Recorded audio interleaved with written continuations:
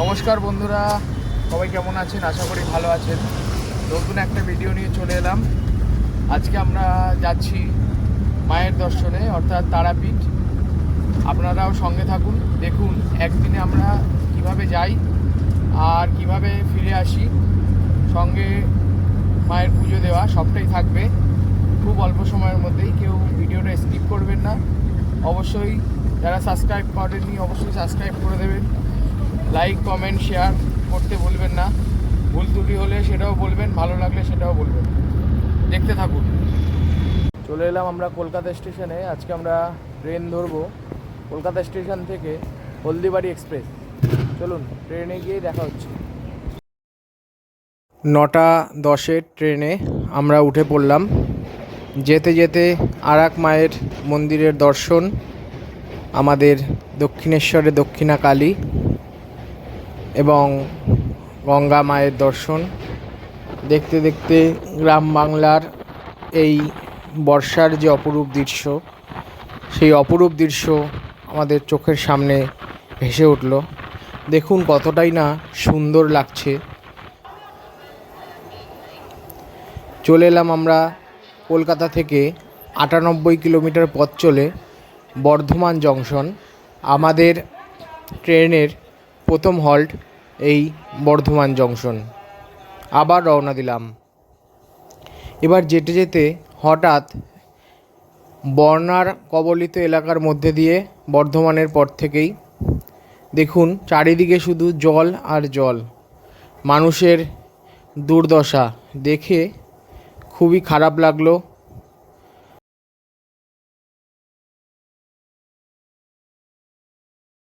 কলকাতা থেকে 150 কিলোমিটার পথ চলে আজকের আমাদের দ্বিতীয় হল্ট বোলপুর স্টেশনে এসে পৌঁছালাম। এরপরেই আমরা রামপুরহাট আমরা নেমে যাব। এটা চলে যাবে হলদিবাড়ি। চলুন সঙ্গে থাকুন। আসার পথে যা দৃশ্য দেখলাম সত্যি একটু খারাপ লাগছে। যাই হোক, আমরা এগিয়ে যাব এবং ভিডিওতে সঙ্গে থাকুন। চলে এলাম আমরা রামপুরহাট। 12:15 আমাদের রামপুরহাট নামিয়ে দিল ঠিক টাইমেই প্রায়।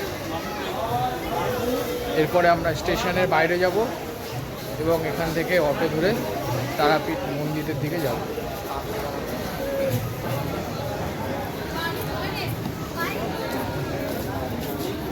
স্টেশনের বাইরে বেরিয়ে আমরা গাড়িতে উঠে পড়লাম। ম্যাজিক গাড়ি, রুটের গাড়ি। এখান থেকে আপনারা পেয়ে যাবেন। প্যাসেঞ্জার নিয়েই যায়, এরা পুরো ভর্তি হলে ছাড়ে। এখান থেকে 40 টাকা ভাড়া নেয়, পুরো মন্দিরের সামনেটায় নামিয়ে দেবে। চলুন আরও কথা হচ্ছে। রামপুরহাট থেকে তারাপীঠ মন্দিরে এই ম্যাজিক গাড়িতে যেতে আধা ঘন্টা মতো সময় লাগে। যেতে যেতে সেই তারাপীঠের মেন গেট চলে এলো এবং আমরা চলে এলাম। চলে এলাম আমরা এক দাদার দোকান আছে, সেখানে আসলাম। এখানে সমস্ত পুজোর ডালা পাওয়া যায়।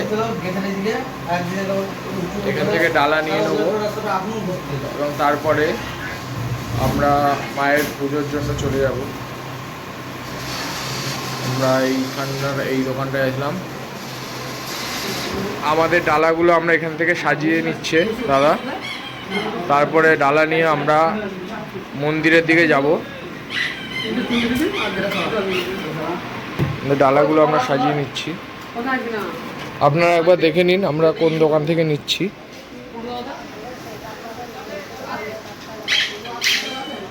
আর একটুখানি গেলেই মন্দির।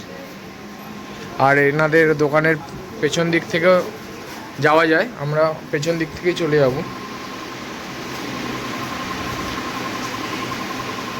আমাদের আলতা সিঁদুর যা যা মায়ের দরকার সেগুলো দিয়েই আমাদের ডালা তৈরি হচ্ছে।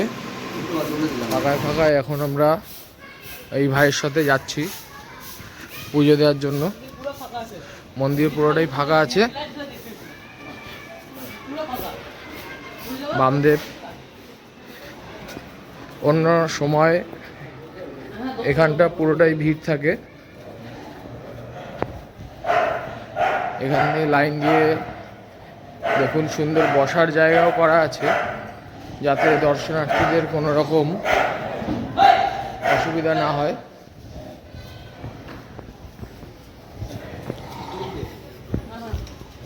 আমরা যাচ্ছি। এটা হচ্ছে মায়ের পুকুর, মা এখানে চান করতেন।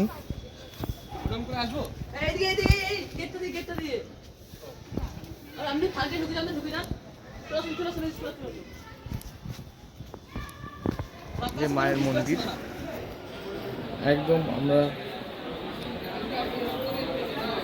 চলে এসেছি, পুরোই মায়ের মন্দির, পুরোটা মায়ের মন্দিরের জায়গা।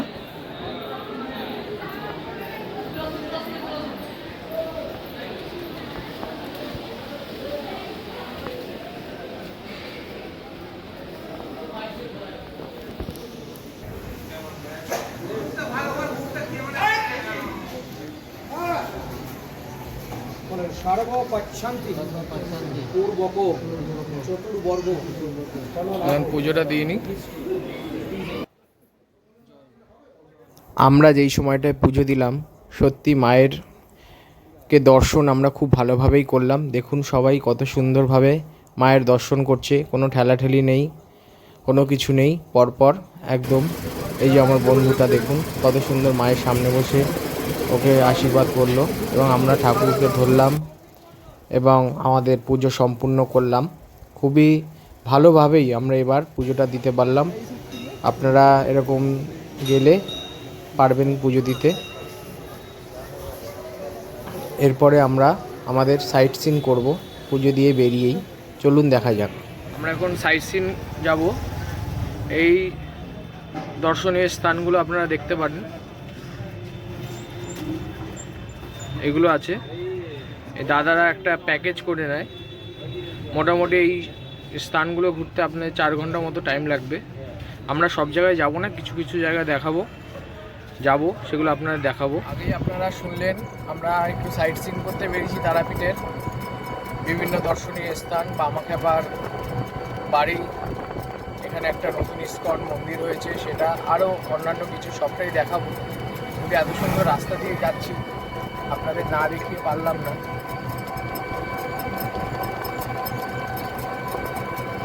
কত সুন্দর চারিদিকে সবুজ আর সবুজ। প্রাকৃতিক সৌন্দর্য দেখতে দেখতে চলে গেলাম আমাদের প্রথম দর্শনীয় স্থানে। আপনারাও চলুন।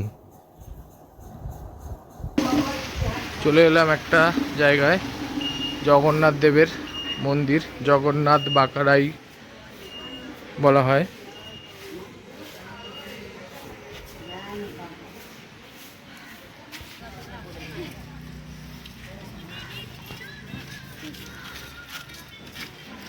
এই হোক, মন্দিরের ভেতরে ছবি তোলা বারণ, এই ছবি তুলতে পারবো না, এখান দিয়ে প্রবেশ।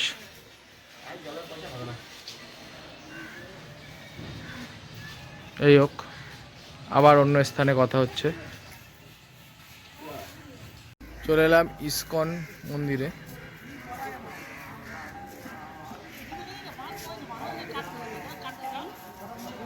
অনেকটা জায়গা নিয়েই তৈরি। এখানে সময় মতো আসলে আপনারা প্রসাদের কুপনও কাটতে পারবেন।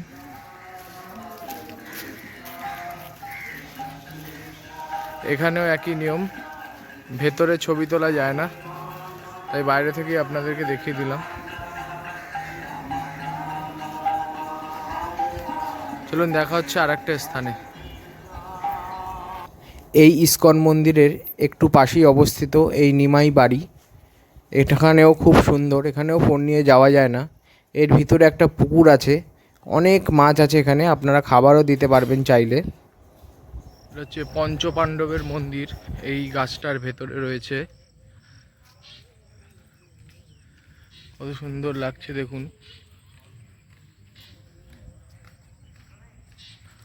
এখানেও ভিতরে ক্যামেরা নিয়ে যেতে দেয় না, বাইরে থেকে দেখিয়ে দিলাম। এরপরেই আমরা চলে গেলাম তারাপীঠের আরেকটি আকর্ষণীয় স্থান, যার জন্য আমরা তারামাকে পেয়েছি, তারাপীঠকে চিনেছি, সেই বামাখ্যাপার জন্মস্থান, জন্মভিটে দেখতে। আমরা চলে গেলাম, কিন্তু এখানে এমন অবস্থা না বলে পারলাম না।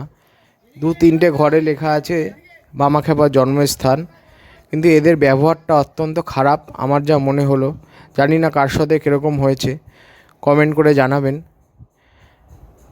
আমার তো বেশি একটা ভালো লাগলো না, কিন্তু বাবার স্থান তাই আমরা যাই, কিন্তু এখানে তার পারিবারিক লোকেরা এত বাজে, সত্যি ভালো লাগলো না।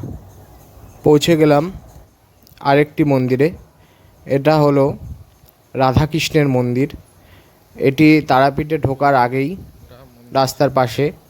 সুন্দর এই মন্দিরটি, নতুনই হয়েছে, অনেকেই না দেখে থাকবেন, কিন্তু সত্যি খুব সুন্দরভাবে এটা বানিয়েছে। একটা সামনে মহাদেবের মূর্তি রয়েছে, তার পাশ থেকে ঝর্ণার জল নেমে আসছে, আর সন্ধেবেলায় মন্দিরটার সমস্ত আলো জ্বালিয়ে দিলে সত্যি খুবই সুন্দর লাগে, আপনারা দেখতে পাচ্ছেন। আর এই মন্দিরের ভেতরে এখনও পর্যন্ত মোবাইল বা ক্যামেরা নিয়ে আপনারা যেতে পারবেন, এরা যেতে দিচ্ছে, তাই আপনাদেরকে দেখাতে পারছি। দেখুন, ভেতরটাও খুব সুন্দর। এই হচ্ছে রাধাকৃষ্ণ মন্দির, এবং মন্দিরের পাশেই রয়েছে একটা পার্ক। এখানে বাচ্চাদের খেলাধুলারও ব্যবস্থা রয়েছে, বিকেল বিকেল গেলে এটা আপনারা করতে পারবেন। এরপরেই চলে এলাম আমরা তারাপীঠের যে শ্মশান, সেই শ্মশানে। এখানে কিছুক্ষণ বসেছিলাম এবং অল্প একটু আপনাদের দেখানোর চেষ্টা করলাম। কিছুদিন আগেই এখানে পুরো জলমগ্ন হয়ে গেছিলো ভেতরটাই, তাই এখনও অবধি যেতে দিচ্ছে না, কাদা রয়েছে বলে। আমরা এই জায়গাটায় বসে মহাশ্মশানের দর্শন করলাম, বামাখ্যাপার সমাধিস্থল দর্শন করলাম। এরপরেই আমরা বাড়ি যাওয়ার তোড়জোড় শুরু করব। শ্মশান থেকে বেরিয়ে এই যে জায়গাটা দেখছেন দ্বারকানাথ, তার ঠিক পাশেই যে রাস্তা রয়েছে, সেই রাস্তার মুখ থেকেই আপনারা এখান থেকে রামপুরহাট যাওয়ার অটো পেয়ে যাবেন, কিন্তু আসার সময় ভাড়া নেবে 50 টাকা। চলে এলাম আমরা রামপুরহাট স্টেশনে। খুব সুন্দরভাবে সাজিয়েছিল, যেহেতু আমরা বিশ্বকর্মা পুজোর সময় গেছিলাম, তাই দেখুন কত সুন্দর লাইটে সুসজ্জিত। আমরা এখান থেকে আবার ট্রেন ধরব। চলুন স্টেশনের ভেতরে গিয়ে আবার কথা হচ্ছে। যারা এখনও লাইক করেননি অবশ্যই লাইক করে দিন, সাবস্ক্রাইব তো করবেন ভিডিওটা শেষ করে।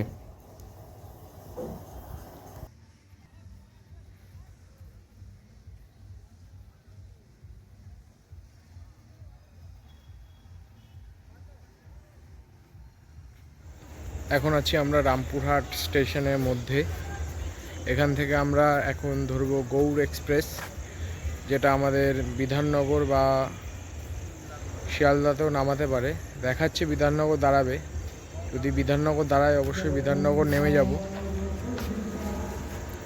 আপনারাও এইভাবে একদিনে সকালবেলা তারাপীঠ এসে আবার রাতে ফিরে যেতে পারেন, সেক্ষেত্রে সবটাই প্রায় ঘোরা হবে এবং মায়ের পুজো ভালোভাবে দিতে পারবেন।